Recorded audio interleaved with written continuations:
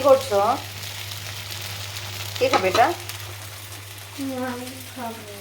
আম খাবে? আম তো আমি আর জন্য নিয়ে আসছি, আচারের জন্য। পরে খেও, আগে লুডুস খেয়ে নিও। আমি শরবত বানাবো। আমের কাঁচা আমের শরবত বানাবে? ওই যে কি বানানো। ও, এটা দিয়ে বানাবা? হ্যাঁ। আচ্ছা ঠিক আছে, ওটা দিয়েও তো বানানো যায়। এটা দিয়ে বানাবা? হ্যাঁ। আর কিছু?